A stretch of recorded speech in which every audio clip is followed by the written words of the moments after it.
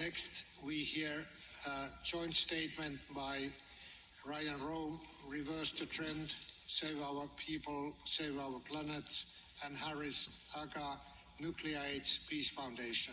You have the floor, please. Thank you. Chair, distinguished delegates, ladies and gentlemen, we thank you for the opportunity to speak today on behalf of our fellow youth activists and advocates from around the world.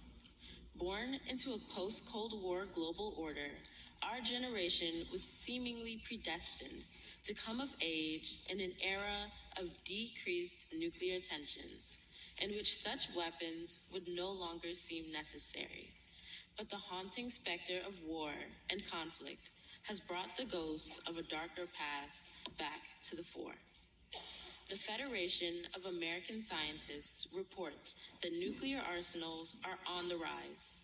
Missiles have been moved into Belarus, and a nuclear submarine has been stationed in South Korea for the first time since the Cold War. The safer, healthier world promised by international agreements such as the Non-Proliferation Treaty have seemingly vanished. And thus, we, as the next generation of disarmament activists, have now taken up the fight for our future. Distinguished delegates, we urge all states to sign the Treaty on the Prohibition of Nuclear Weapons, and that all in attendance consider what legacy they desire to pass on to the youth who are already burdened with the critical threats of climate change, gender inequality, and increasing geopolitical tensions.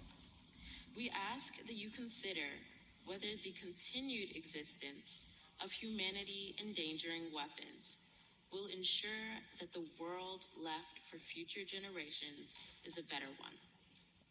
These steps are not easy, but are a necessity if we desire to continue on the long arc to peace and prosperity.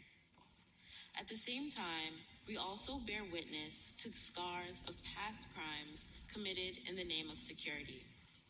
We emphasize and speak in unison with victims and affected communities in calling for nuclear weapon states to adhere to their Article 6 obligations outlined in the NPT, and in advocating for reparations to those directly impacted in all steps of the development and deployment process.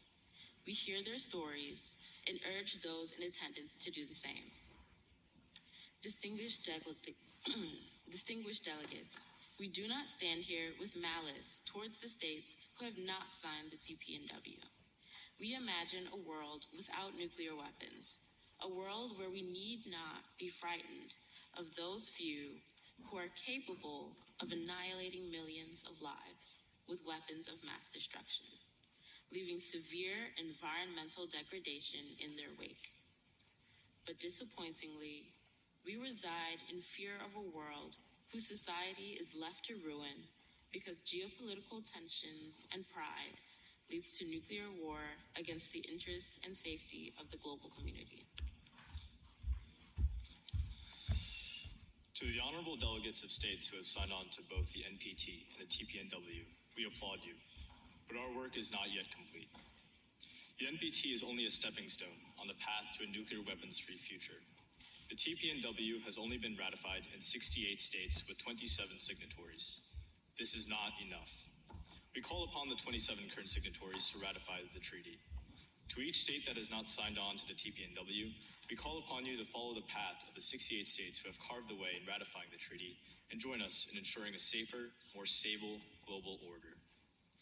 Nuclear deterrence has proven repeatedly to only be an excuse for the continued maintenance of these weapons in the name of national security. It is time we took the notion of nuclear disarmament seriously. There must be concrete actions by the 9 states with nuclear weapons to dismantle these weapons of mass destruction. It is not enough to solely reduce stockpiles. States must decouple from the nuclear weapons complex and seize technological advancement to improve their nuclear capabilities, not just in a few months or years, but immediately if we are to ensure a safer planet. As youth striving for a world free of nuclear weapons, we request the states parties take the following actions.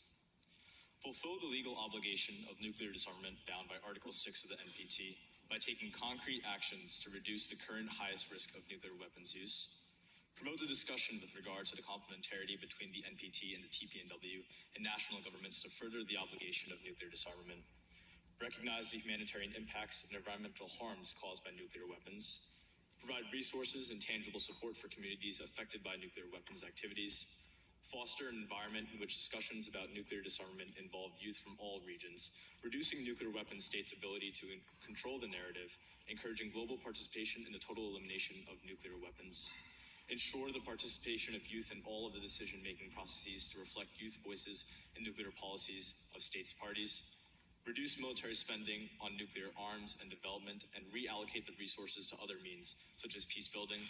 And finally, relate with the United Nations Security Council Resolution 2250 on youth, peace, and security to strengthen the idea of peace and disarmament from the youth angle. Distinguished delegates, the status quo is unacceptable. A world with nuclear weaponry is a world that will always be at risk of self-destruction. Each of us have a choice as we listen to a myriad of speeches. Will we listen to survivors of nuclear catastrophes, the evidence laid in front of us time and time again? Will we act? Or will we turn our back and allow the security of 9 states to pose a threat to global stability? No matter where you're from, what you do, or what you look like, the destruction nuclear bombs leave in their wake does not discriminate.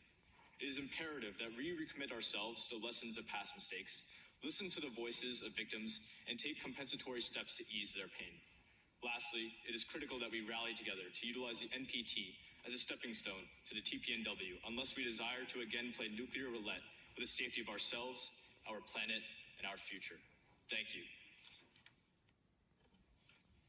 I thank Save Our World, Save Our Planet, and Nuclear Aids Peace Foundation for the statement.